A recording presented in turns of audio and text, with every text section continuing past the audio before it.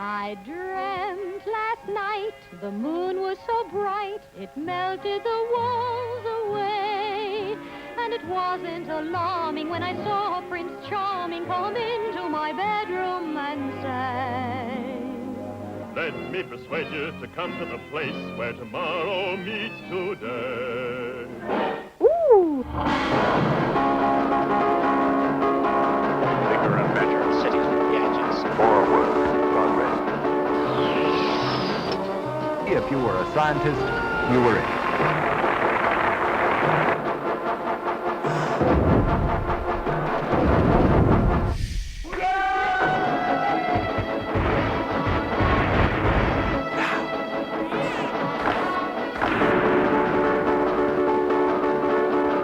Your excellent science, I am your faithful servant.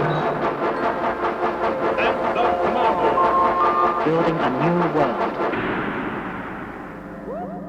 3 seconds. 2 seconds.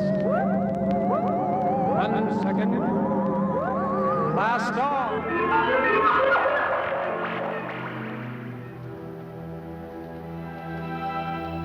The age that we have just left, the 45 years since the end of the Second World War, was overshadowed by a strange partnership between science and fear.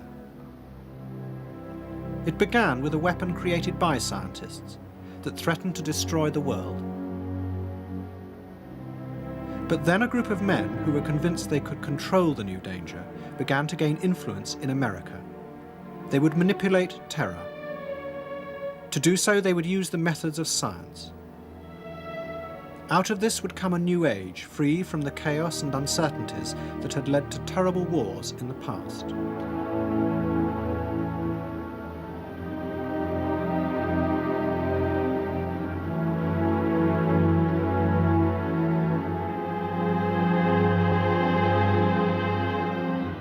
They believed, I think honestly at the beginning and fraudulently at the end, that they could create a better world and have control over this process of recreating the world through their science and their mathematics, because it all sounded so damn rational and so damn reasonable as to be unassailable. Stout.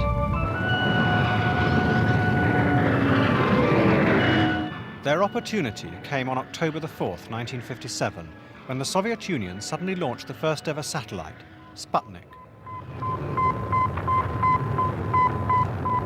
Do you admire the Russians for doing it or not? No, definitely not. I said we should have been the first ones to have it, if there's such thing. It gets the American people alarmed that a foreign country, especially an enemy country, can do this, and we fear this. It was amazing to the American people that here was this spacecraft up in the sky, and suddenly the American people realized that the Soviet Union was not, as they were supposed to be, a backward power that was capable of providing us with caviar and ballet companies, but had no business being up in space. It was shocking to find out we'd been so wrong about them. It was shocking to discover that perhaps we had something to fear. 2 months later, the Russians struck again. Sputnik 2 carried into space a dog called Laika. Change to Laika. As the Soviet Union flaunted its success, American politicians panicked. If Russia wins dominance of this completely new area, well, I think the consequences are fairly plain. Probable Soviet world domination. A sense of vulnerability swept America, for Laika could just as easily have been a nuclear warhead.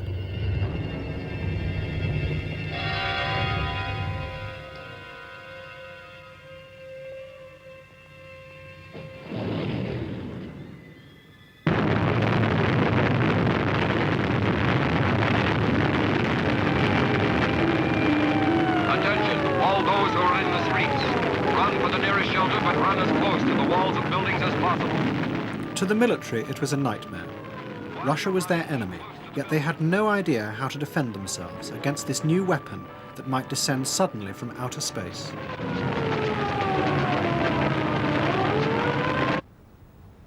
But 3,000 miles away on the California coast, scientists believed they had the answers. They worked at the RAND Corporation. RAND stood for Research and Development. It was the first scientific think tank. RAND was funded by the Air Force, but staffed by young academics who believed the scientific method could help bring the Cold War back under America's control. You're here at RAND in Santa Monica, California on the Pacific Ocean, where groups of engineers, scientists, mathematicians, political scientists all came together to begin working on problems originally of national defense and national security. The principal issue they were dealing with was trying to understand the future of American security in the nuclear age. It involved questions of technology. What would technology offer? How could it be harnessed to serve America's security? Science of the rigorous mathematical sort. The techniques that they were developing were generally categorized as systems analytic techniques. And what this consisted of was getting an enormous mathematical model that could be calculated thanks to the advent of these high-speed computers. Next, we can store a program to compute the required factors. We had a combination of technologists, economists, mathematicians, who could piece all of these disciplines together and feed their inputs into this huge, complex mathematical model. It meant that the world could be understood to a degree where it could be calculated and predicted. And that's what these systems analysts proceeded to do. To the scientists at RAND, the Cold War was a totally new system of conflict. Past experience and politics were no help in predicting how the other side would behave. They turned instead to a method of predicting behavior in uncertain situations, the theory of games. It had been developed by the famous mathematician John von Neumann, who had worked at RAND. In the 1920s in Berlin, he had watched poker games and seen how each player's strategy depended on what he thought the other side would rationally do. Von Neumann had shown how to give numerical values to the different choices and so decide on the best move. It was seen like a game in which there were rational players and in which each side had certain information about the capabilities of the other side. The notion of Kriegspiel evolved at RAND, which was the game of chess in which you don't see the opponent's pieces. You have two chessboards, each complete, with a blind between them. And you have to presume from indirect information where the opponent's chess pieces are and then make the best judgment you can to get more information. RAND strategists studied every piece of information they could find about the Soviet Union. They even wrote their own operational code of the Politburo and commissioned the famous anthropologist Margaret Mead to study the Russian attitude to authority. From this came complex mathematical models that showed the Air Force the best possible moves. But in the process, the idea of the Cold War as a political conflict that could be resolved was fading away. It became instead a mechanical system in which all parts worked according to rational laws, and that included the enemy. So the strategist's job was to keep it balanced in equilibrium. It is information that permits us to take the right action at the right time. And when information can be quantified and expressed in the symbolism of arithmetic and logic, we have the means to control any real-life situation we can adequately describe. The most influential figure at RAND was Albert Wohlstetter, a mathematical logician. He was also a devoted fan of modern architecture and abstract design, and a close friend of the famous architect Le Corbusier. Wohlstetter saw the system of conflict as dangerously unstable. He was convinced the Soviet Union might attack, not because it wanted to, but because the rational logic of the system would force it to pull the trigger first. I drew the analogy with the Western gun duel. The gunman and the sheriff were not necessarily morally equivalent in any sense, but they each might find themselves in a position where they'd had to draw first in order to survive. And this would be a rational act if they found themselves in that position. And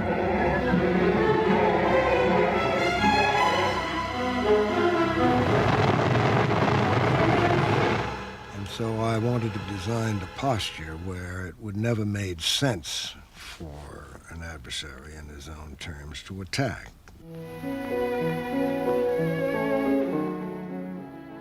Wohlstetter invented what were to become the familiar icons of the nuclear age. He proposed that hundreds of missiles should be protected in concrete silos underground. Fleets of bombers were to be in the air 24 hours a day, controlled by a system he designed called failsafe. The aim was to convince the Soviets that if they attacked, America would always have enough missiles left to destroy them in return. The Cold War would become safer by stabilizing what Wohlstetter called the delicate balance of terror. There are some instances where you may be ahead of us. For example, in the development of the thrust of your rockets for the investigation of outer space. There may be some instances, for example, color television, where we're ahead of you. But in order for both of us to benefit, As America's politicians became increasingly intimidated by the Soviets, the strategists exercised a restraining influence. They argued that the enemy was dangerous, but rational. It was not a satanic monster that had to be destroyed. We have the resources, intelligence, and courage to make the correct decisions. There were real dangers of the subversion or attack on, or military attack on Europe. Our aim was to design a more stable balance.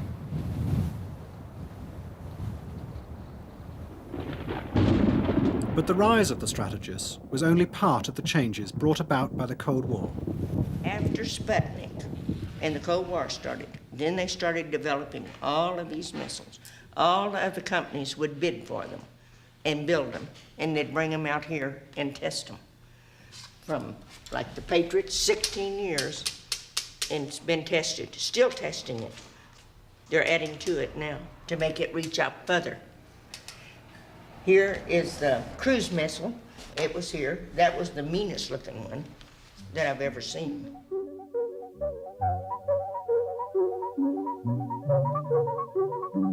To see something like that was out of this world, was unreal.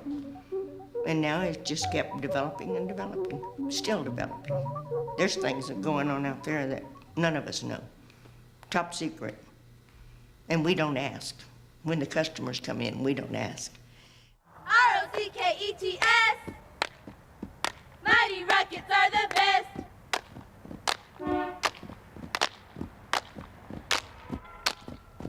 Rev it up, let's go. Move your feet, go. Rockets, go. Ignition, liftoff. In 1961, the influence of the men from RAND increased dramatically. The new president, John F. Kennedy, turned to them to impose order, not only on nuclear strategy, but on the arms race, which was threatening to run out of control.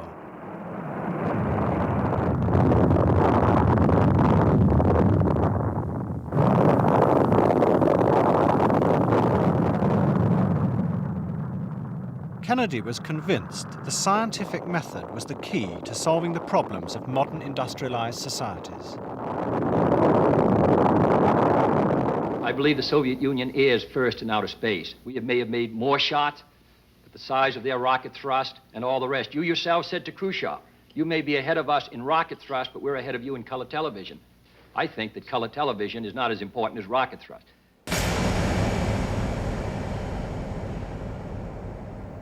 Leading members of the RAND Corporation were asked to become the aides of the new Secretary of Defense, Robert McNamara. McNamara had previously run the Ford Motor Company and used systems analysis to rationalize production.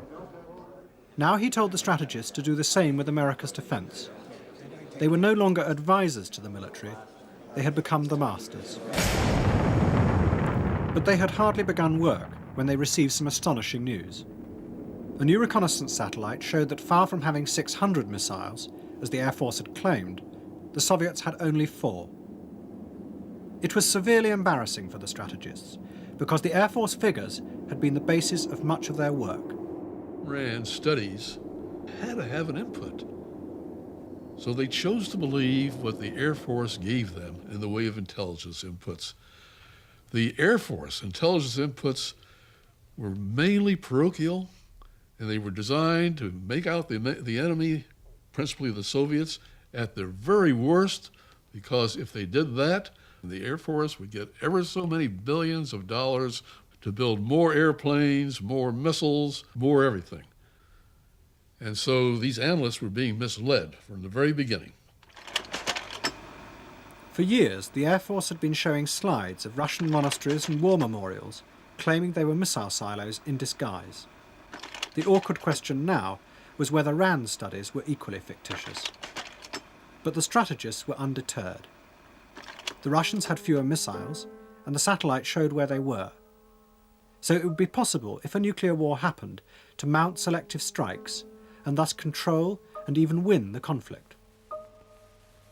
This was combating the notion that there was only one big spasm kind of war, and once things started, all you did was shut your eyes, close your ears, fire everything.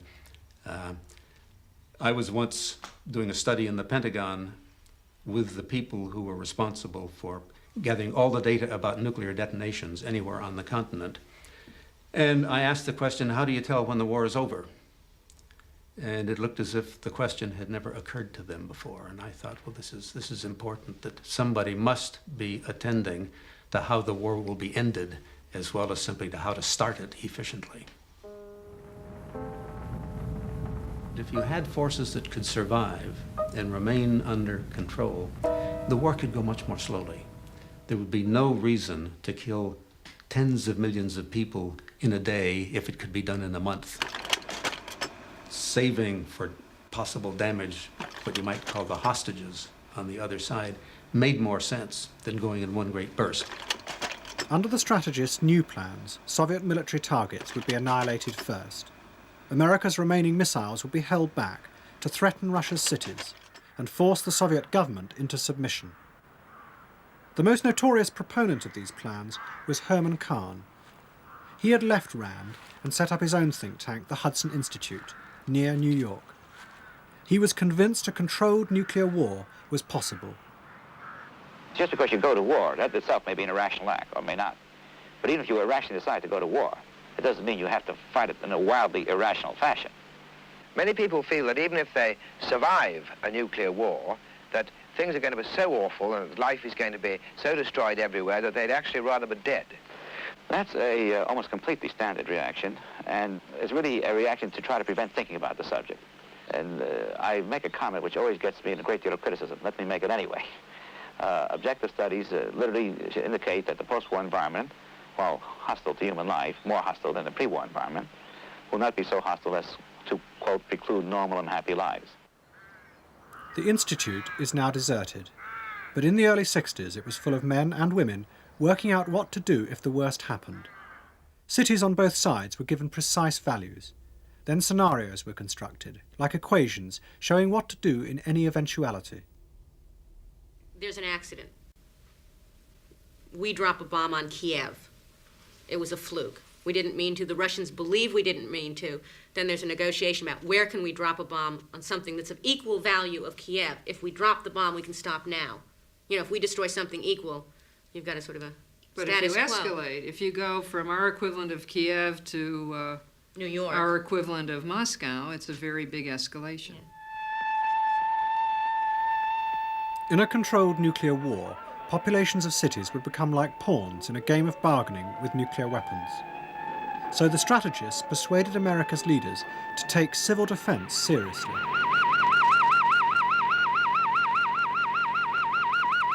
Now that we're convinced that Russia can deliver a devastating weapon here to the San Fernando Valley and that the majority of the radioactivity is short-lived, how can we protect ourselves against this particular hazard? We must have concentrated. Herman Kahn believed that America's cities would have to be evacuated 2 or 3 times a decade as America played brinkmanship with the Soviet Union. Everyone would have to be taught to think rationally about nuclear war. I can remember growing up having dinner table discussions about, let us assume something happens. We go down in our bomb shelter. We can support 6 or 10 or 12 people in the shelter. The neighbors start banging on the door. Let us in, let our children in. Who do we let in? That's sort of unthinkable when you're 10 years old or 9 years old. I mean, but I remember growing up discussing things like that because it was possible. And if it was possible, it was worthy to talk about, rather than just saying, well, you throw up your hands and say it's unthinkable. Well, who do you let in? I don't remember what we decided. I just remember having the discussions. I think it was the children. I think the decision was we let in the children and their parents will defend the door from other people trying to come in. I think that was one of the most plausible options. Will you act sensibly, without panic? There'll be an intense flash of light, and when you see that light, forget all about shelters and preparations. Just don't look at that light. Cover your eyes with your elbows like this, and then dive for cover.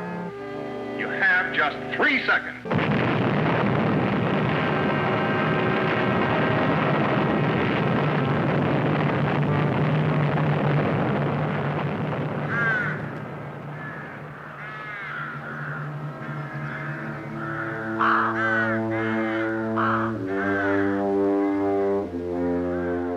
These analyses were basically like science fiction scenarios. They were the product of a lot of imagination.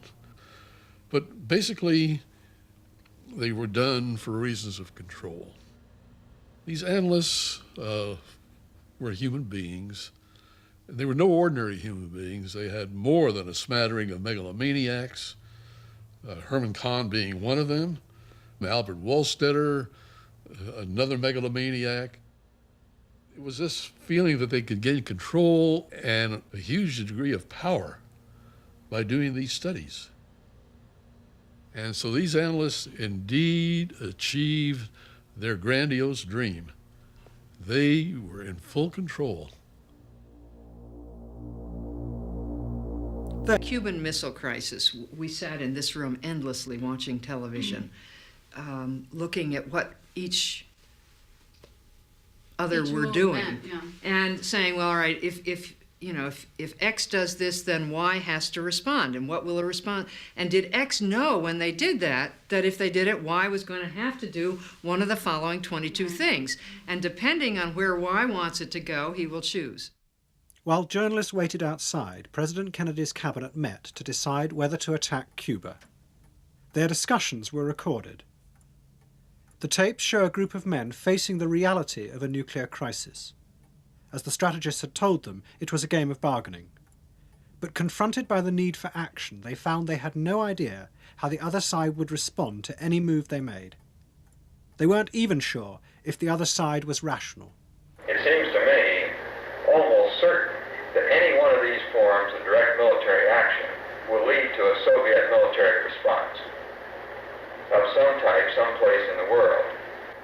But they may be thinking that they can either bargain Berlin and Cuba against each other, or that they could provoke us into a kind of action in Cuba, which would give an umbrella for them to take action with respect to Berlin. And if they could provoke us into taking the first overt action, then the world would be confused and they would have what they would consider to be justification for making the move somewhere else. For the first time, I'm beginning really to wonder whether Mr. Khrushchev is entirely rational about Berlin. Because if they shoot those missiles, we'll in general get their war. A new concept. Only to Moscow. As the crisis escalated, the prospect of nuclear war became very real. If it happened, the strategists' elaborate plans were supposed to offer the president ways to control it. Well, I must say I was scared to death that we were going to get ourselves in a nuclear exchange. And I wasn't sure until the final culmination of the thing that we were going to escape that. I think we took a hell of a chance myself. If that nuclear exchange had happened, do you think it could have been controlled in the way the strategists argued? No, I think look, we had testimony from these characters by day and night on how do you contain a nuclear exchange. I never believed that. Don't find out by accident. If you say there are 90 million dead, then there are 90 million alive. And that's a big nation. Sheer deception. Great. Tilt away steering wheel. Rational? Yes. R-O-C-K-E-T-S, rockets, In the end, President Kennedy ignored any idea of controlled war. Instead, he told the Russians that if they launched just one missile from Cuba, he would retaliate with America's entire arsenal. To the strategists, this threat was irrational and humiliating. My only recollection is of one of disappointment. I mean, President Kennedy indicated that the United States had the capability to engage in massive retaliation, which led several of us to wonder why he had used this particular language and why he hadn't gone to what at least we thought of as the more powerful and rational approach to deterrence. It seemed to me that it would be utter folly for us to go in what one of my colleagues, Herman Kahn, called a wargasm and try and destroy everything we could, because in effect that would sign the death warrant of the United States. The Russians backed down and America celebrated. But Cuba had shown, like a flash of lightning on a dark night, how the Cold War really worked, through fear, not reason. Robert McNamara began to back away from the elaborate plans for controlling nuclear war. Yet the strategists remained influential. Politicians found their rational approach irresistible. I think the Americans have made a kind of theology about using scientific means to solve political problems. The belief that this is a kind of substitute for religion, that you turn to these mysterious forces which we're now begun to harness for the first time, and we can use them, and therefore we become a master of everything, and we don't have to worry about other things. The Great Society is a place where every child can find knowledge to enrich his mind and to enlarge his talents. It is a place where leisure is a welcome chance to build and reflect, not a feared cause of boredom and restlessness. It is a place where the city of man serves not only the needs of the body and the In 1964, President Johnson promised a new approach to government, which would solve deep-rooted social problems, such as poverty. Its architects were to be the systems analysts from RAND. President Johnson had a vision of a society which would be glorious. And he saw in the analytical strength, the rationality that was being applied in some of the military problems, an aid, a force that could be applied also in the civilian areas. And so we were apostles. We were apostles of rationality. We were to go out and apply those techniques and methods of thinking to civilian problems, to bring to bear systematic, rational thinking to them. And we believe that they were solvable problems. They were not insoluble. On the president's orders, many of the men who had gone from RAND to the Pentagon now moved on into other areas of government. They had become all-powerful courtiers in an age of reason. Their methods were being used to build a better world in America. As their power increased, so did their ambitions. Their techniques, they said, could even predict the future. Control, 20% probability. 0-1, yes, here's the unlikely event that became true, and I just go on through the others the same way. This is not a crap game. It's a serious game. Rolling the dice is Dr. Olaf Helmer of the RAND Corporation. He is conducting a simulation exercise. A panel of experts has studied a list of possible 21st century developments from personality-controlled drugs to household robots. They have estimated the numerical probability of each. The current fascination of a new intellectual breed, the futurists. So we wind up with a world which has the following features. We have fertility control, 100-year lifespan, controlled thermonuclear power, continued automation, genetic control, man-machine symbiosis, household robots, wideband communications, opinion control, and continued urbanization. I would guess in 100, and certainly less than 200 years, if things go at all well, 90-95% of the world's people will be living at higher than current American standards of living. You know, men will go from everywhere poor, everywhere danger of hunger, starvation, to a life in which the technology largely insulates you from nature. But at the very moment when the men from Rand were promising America a utopia, their whole approach was about to meet its nemesis.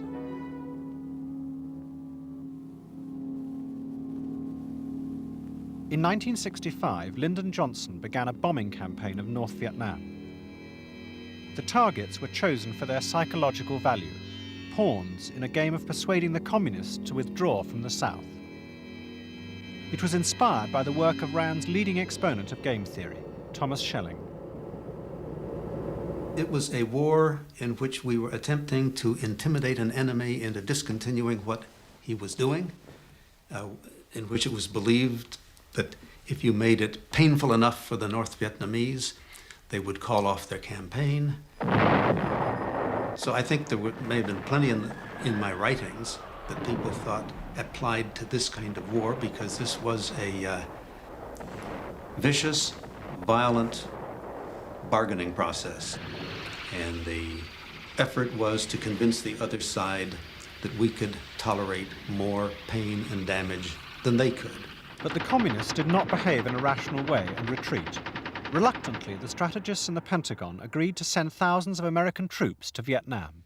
I did approve, in fact, the sending of troops in the spring of '65 after the bombing had started. And it felt, all right, American men are now being sent to jeopardy in what I think is a very ambiguous cause, but which on balance, I think, is one, I think the U.S. decision to remain there and to fight is the correct one. Glory, glory, what a hell of a way to die! Glory, glory, what a hell of a way to die! By now, the systems and numbers approach dominated the Pentagon. McNamara's whiz kids were convinced that the battle against the Viet Cong could be managed in a rational, scientific way. Indeed, they could see no other way. The problem with the Vietnam War was that it was not a war for territory. What American policymakers needed, what the Pentagon needed, was some way of how do you tell if we're winning or not? In the absence of being able to take Hanoi or something like that, they had to find other indicators. And what came out of that was a whole array of statistics. It ranged from the body count down to number of missions flown, tonnage of bombs dropped, number of enemy structures destroyed, tonnage of food captured from the enemy.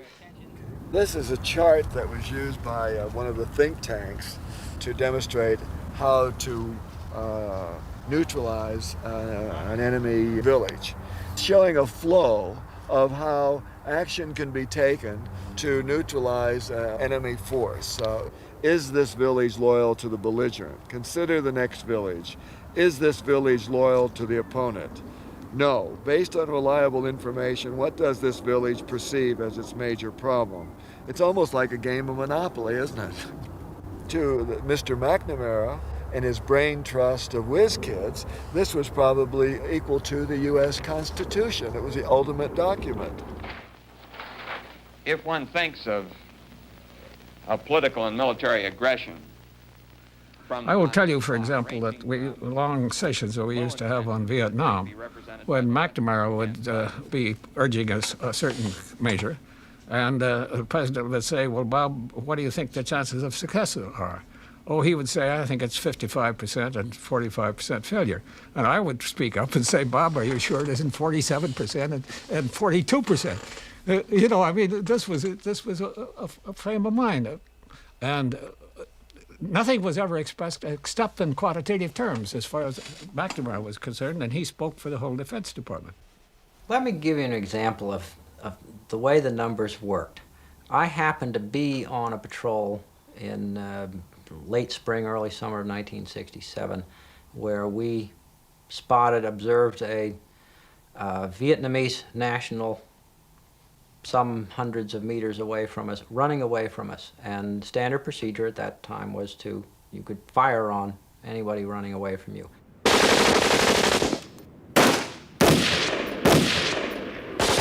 When we got to the body, we discovered that it was an unarmed older woman, 55, 60 years old. And in the intelligence summary that I prepared the next day, I put in exactly what happened. By the time that report reached the division level, that dead woman had become an ageless, genderless Viet Cong with a Chinese communist grenade.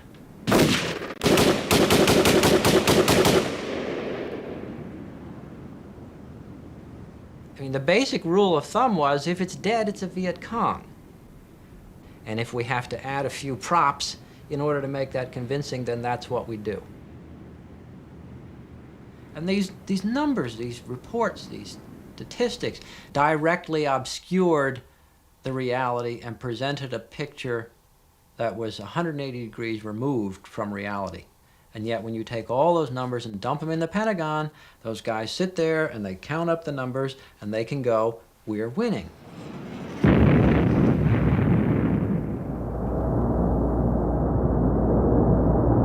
It killed me to leave my battle area and go to the high headquarters and be briefed by these very people who were the keepers of the charts, who were telling me we're winning. And sometimes I'd look at the charts and say, my God, I know that we're losing. I just left this carnage of the battlefield. We couldn't possibly be winning. And I'd say, maybe I'm crazy. Maybe I'm like everyone else here. I'm trapped by this illusion and I'm not focused on reality. I mean, it's like saying, oh, your house is on fire? Have a dozen oranges. 20 and a 30 and a 40 and a 50 and a 60 seconds a minute, I'm thinking of you. And perhaps one could draw a line through the spectrum. Now, all of these figures were fed into a computer in the Pentagon. And in 1968, this computer was asked, when will America have won the war? And the computer spit out 1964, you've already won it.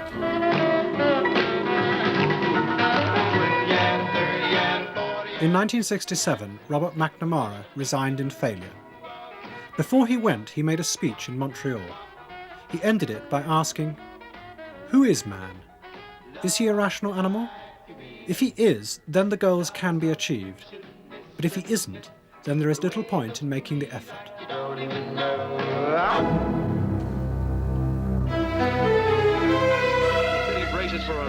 McNamara had been the patron of the strategists.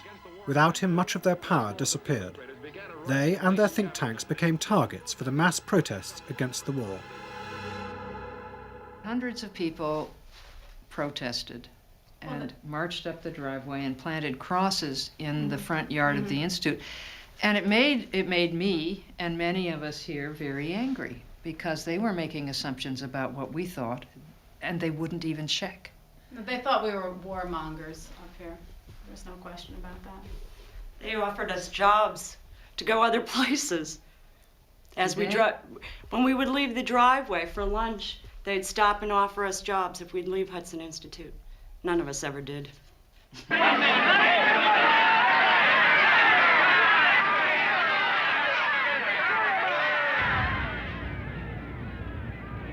America's politicians had originally been attracted to the strategists because they promised a rational, controllable world.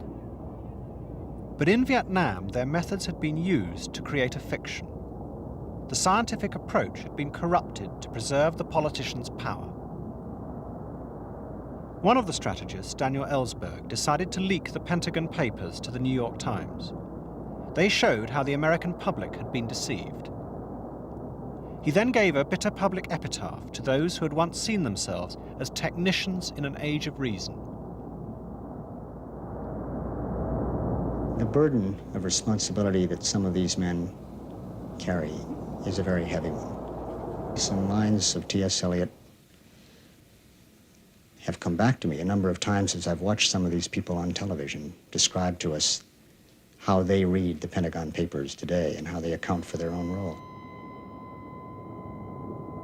In the small circle of pain within the skull, you still shall tramp and tread one endless round of thought to justify your action to yourselves, weaving a fiction which unravels as you weave, pacing forever in the hell of make-believe which never is belief. This is your fate on earth, and we must think no further of you.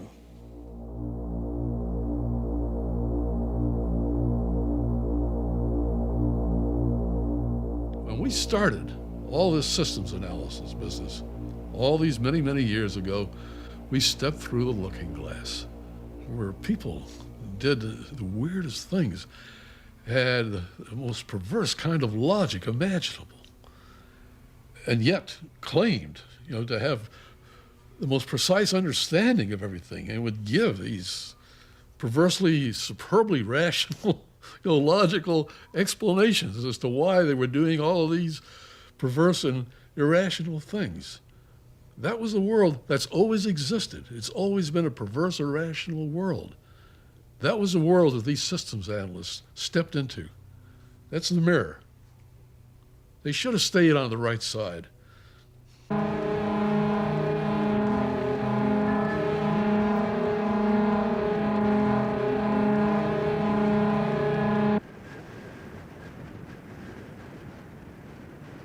What they left behind was MAD, Mutual Assured Destruction, a giant system of nuclear defense with the two sides locked together, watching each other for the slightest move. But by the mid-70s, it seemed to have become an end in itself. We are part of the Aerospace Defense Command.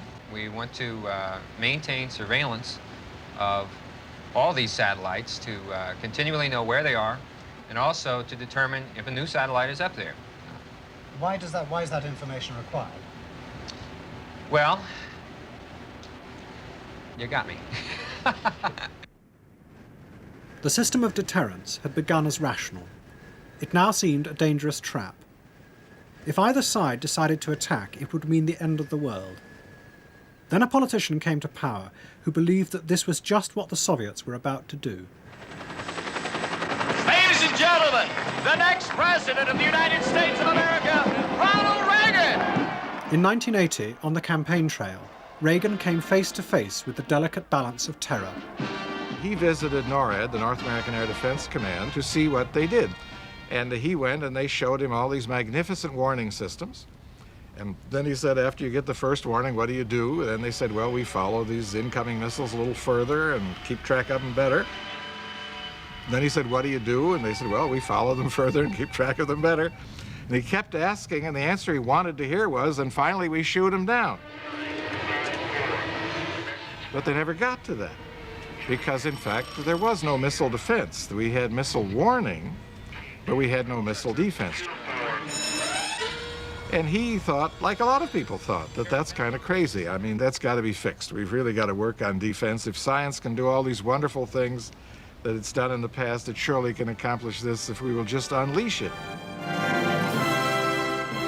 But this was an age of disillusion with science, and the people who came forward with the solution the president wanted were zealots. Scientists like the inventor of the hydrogen bomb, Edward Teller. He had long dreamt of a defensive shield in space. One of the informal groups advising the new president proposed that such a defense could be assembled using the new space shuttle. It was led not by strategists, but by two science fiction writers. We ended up as the kitchen cabinet on space and military technology. We had access to the president, and because we had that access, nobody refused an invitation to come to the meetings, what it amounted to. So we ended up with a bunch of four-star generals and captains of industry and the entire military-industrial complex of the United States in Larry Niven's living room. And in fact, Jim Ransom pointed out that one RPG through the plate glass window of Larry's thing would have pretty well crippled the United States technologically for 20 years. He was probably right. and science fiction writers, by the way, turned out to be very key to this process because they could write the documents that were understandable by the president. Let me share with you a vision of the future which offers hope.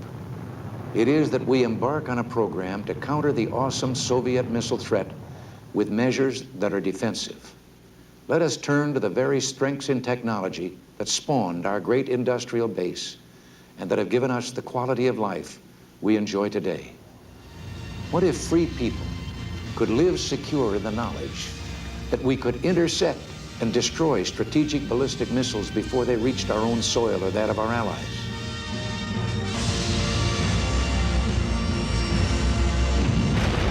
When you have written something and you watch the President of the United States stand there and say it to the entire country, yeah, that's a heady feeling. Suddenly it sounds so much better. Yeah, it sounds so much better when he says it than it did when we wrote it. Yeah, yeah. That's a heady feeling. My fellow Americans, I ask for your prayers. Many of Reagan's cabinet, including his Secretary of State, had had no advance warning of this proposal. As they watched in the White House that night, they quickly discovered this was not going to be a magic escape from the cycle of terror, just another twist. During dinner, I happened to sit next to the then Secretary of State, George Shultz. He said, is it possible to put a laser up in the sky with sufficient power to knock out a Russian ICBM? And I said, yes, it is possible. Well, he said, doesn't that really make a tremendous difference? I said, not necessarily. If I were the Russians, I would be thinking about carrying a mirror, and you shine your high-powered light at me that can destroy me, and you'll get it back in your face. Well, then, it's no good. What you're saying, this is an offense versus defense battle that has always gone on. For every offensive weapon, there's a defense, and then when there's a defense, there's an offense that beats the defense, and this goes on into infinity, and this is just some more of the same.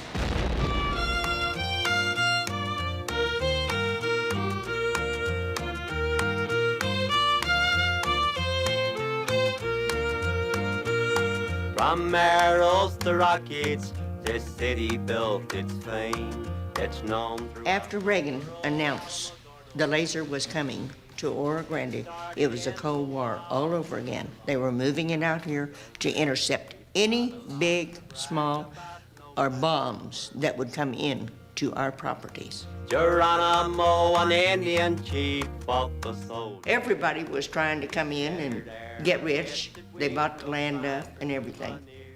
We thought it'd be great. They thought they was gonna make this mile square town a metropolis.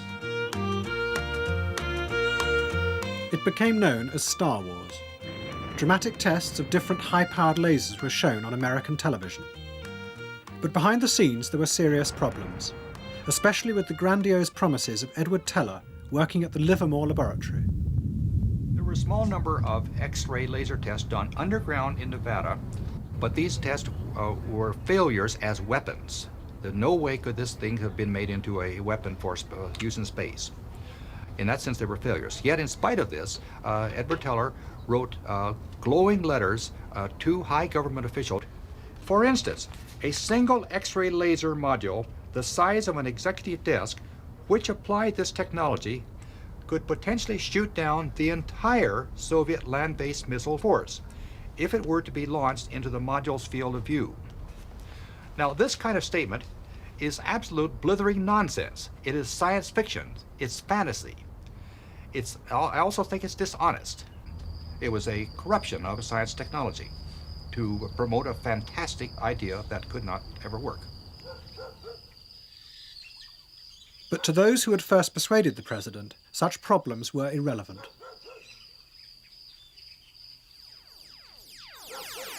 Yeah, blow him away. Just kill him, yeehaw!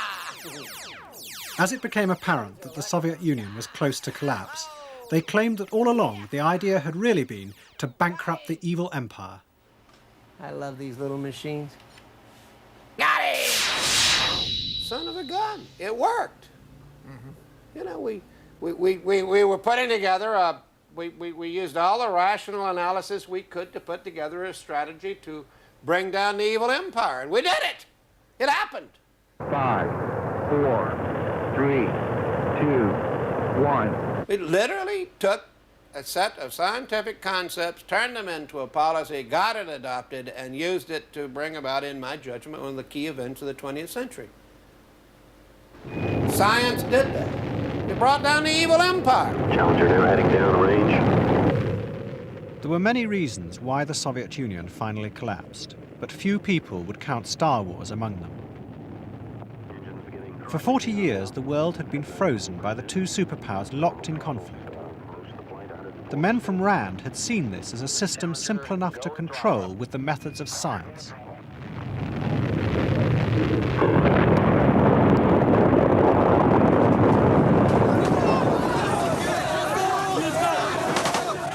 When America's adversary crumbled, that simple world was replaced by complexity and chaos, far beyond the reach of their abstract theories.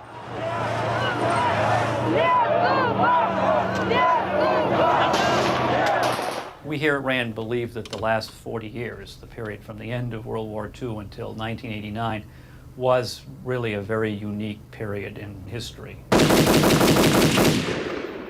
Most of the history of Europe or of the world has involved shifting balances of power and constant warfare, whereas the last 40 years, the balance of power was fairly rigidly frozen. And now we're seeing the balance of power is going to now become more complex the way it was before in the 18th century and 17th century.